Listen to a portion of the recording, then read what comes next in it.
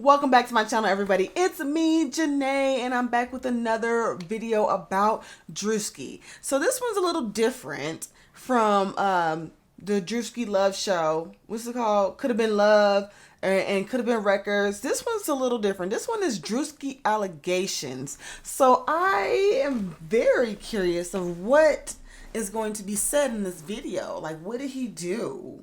Or what did he allegedly do? Without any further ado, let's get into it. Well, before I get into it, go ahead and subscribe to my channel. Go ahead and hit those post notifications. And go ahead and just like the video because it's going to be good. So, just like it. But, alright, let's get into it now.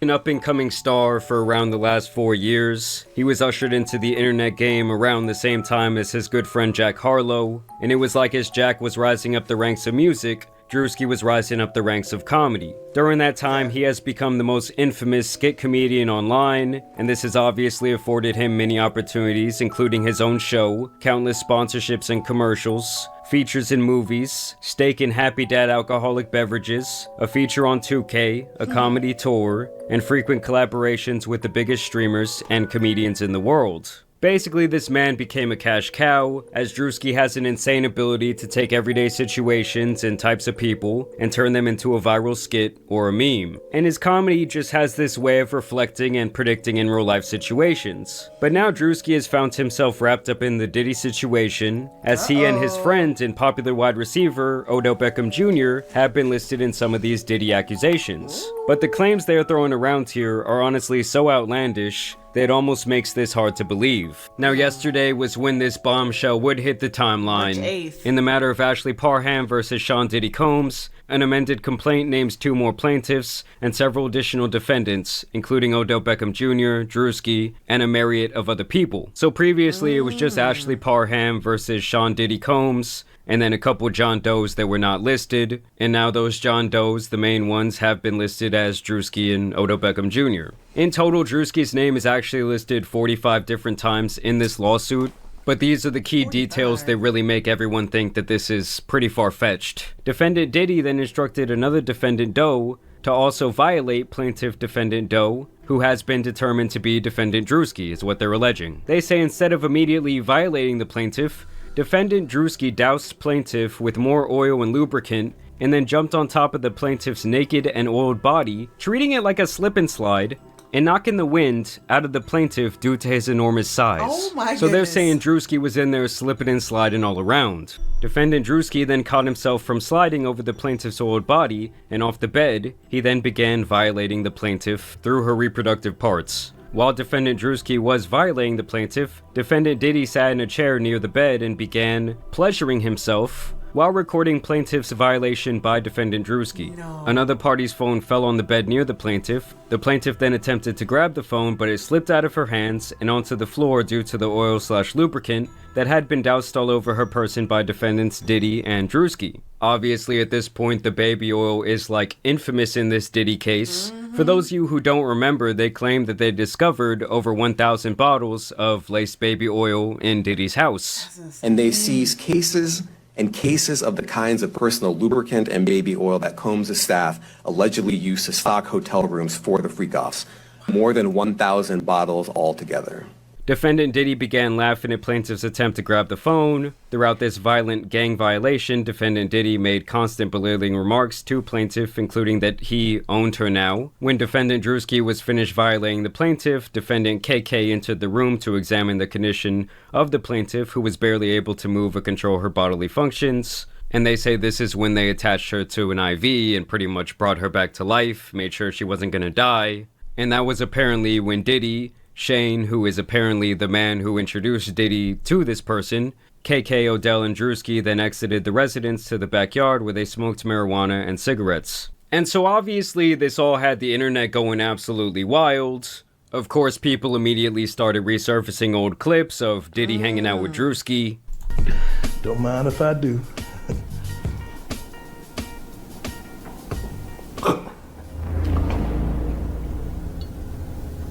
They were basically saying that this clip hits different now, as it was also rumored that Diddy had been lacing drinks at his infamous parties. I ain't like to attend these Diddy parties. You ever been to one of Diddy parties? Yeah, I've been in attendance. I've been in attendance. Not, hey, what the fuck you smirking for? You ain't seen that. I've been in attendance. We just asking regular That's all I questions. said. That's all I said. I said I've been in attendance. I have been in attendance. We never been. We just asking. We just asking. Yeah. As soon as you asked, he said, You had fun? I ain't seen that. "Yeah, you did." I ain't seen that. Yeah, I had fun. Yeah, I mean it was a party. I wasn't at one of them parties. What party say that about the party? Hey, he's starting to talk a little bit too much. You know, he telling himself a little bit. I don't know. Allegedly. Niggas, y'all smiling What too much. parties you talking about? I have been in attendance at a puff party. You know what I'm saying? I've been in attendance. Yeah, I went. Yeah, the party I went to, it was girls turn up. You know what I'm saying? The regular. You know what I mean? Other celebrities and shit. Yeah, That's what you do. Now, obviously, Druski does like to troll. Yes, his body language became a little bit uncomfortable, but you do have to keep in mind that thousands of different people have been to these Diddy parties, allegedly, and obviously, when they're all asked about it, they all say, well, you know, I went to the Diddy party, but I didn't go to, like, the Diddy party, like the behind the doors party that was going on. So then I started questioning, well, what was Diddy's real relationship with Druski? And as you guys can see here, back in 2021, Druski did have this show called Sneaking In with Druski. And upon further inspection, you can see that this was airing on Revolt, which was a media network that was primarily owned and founded by Sean Diddy Combs. Right. And although he no longer owns any shares in the company, back in 2021, he was still running that shit, and he presumably gave that opportunity to his boy Druski. I also thought that this little tidbit was interesting because Odell Beckham Jr. and Druski have been friends for quite a few years now. Baltimore Ravens wide receiver Odell Beckham Jr. struck up a friendship with Druski upon finding his videos and invited the comedian to stay at his home during the COVID-19 pandemic. That's weird. And obviously the pandemic was back in early 2020, and that's where these dates really start not matching up because the defendant is saying that this happened on March 23rd, 2018, way before Druski was even remotely famous or known online, where the defendant says that this guy Shane invited the plaintiff over to his home to assist him with his cancer medications because he stated he was weak and unable to open his medications. She says upon her arrival that this guy Shane wanted to give her a ride in his new car, and she says this is when this guy Shane pretty much set her up for the violation that allegedly involved Diddy, Druski, and OBJ. Now, much like with Jay-Z with his recent Diddy accusations, Druski would respond swiftly to this filing, where he says the allegation is a fabricated lie. I wasn't a public figure in 2018. I was broke and living with my mom without any connections to the entertainment industry at the time of this allegation, so the inclusion of my name is truly outlandish. My heart breaks for actual victims of abuse, but I'm fully confident that the evidence will expose this falsehood and the individuals who are maliciously trying to game the legal system to peddle false narratives. So he kind of has the same stance that Jay-Z had back a couple months ago, saying this whole thing is a bunch of bullshit and the timeline isn't even really adding up. Right. And of course, when something like this comes out, you're gonna have a lot of people running with the story. Like this tweet that went viral where this girl says, I can't believe hashtag Odell Beckham Jr. and hashtag Druski are in this new Diddy lawsuit taking turns violating this girl. Wow. You had other popular hip-hop and media pages saying Druski did what? The same sentiment is shared here, ironically including this misinformation meme. Then you had people using Druski's own skits against him, like this guy who says there's no way that this Druski shit is real. Basically saying that was Druski's reaction to this information. Another user says Druski after someone didn't give him consent. Dude, like, come on, be real. This guy specifically seems to really be leading the charge when it comes to these Druski jokes about this very serious situation. He says Druski's lawyer right now. We got good and bad news. Good news, we got your payment, buddy. Bad news, they gave you life. Sayonara. So yeah, it's just crazy to see this guy's own skits and various statements being used against him at this point, even if it is a joke. These are the type of things that people try to get off online, and they do end up going viral. And it's really all just for a couple little Twitter shekels and a little bit of clout. Like, it's not worth making this type of weird, shitty joke, whether you believe he's guilty for some reason or not. Because honestly, I think it's a whole bunch of nonsense. And it leads to other people making more serious statements like this. Okay, so now that Druski was named in the Diddy lawsuit for a gang violation, this creepy skit he made in 2022 about guys getting girls drunk to have sex with them is aging so horribly.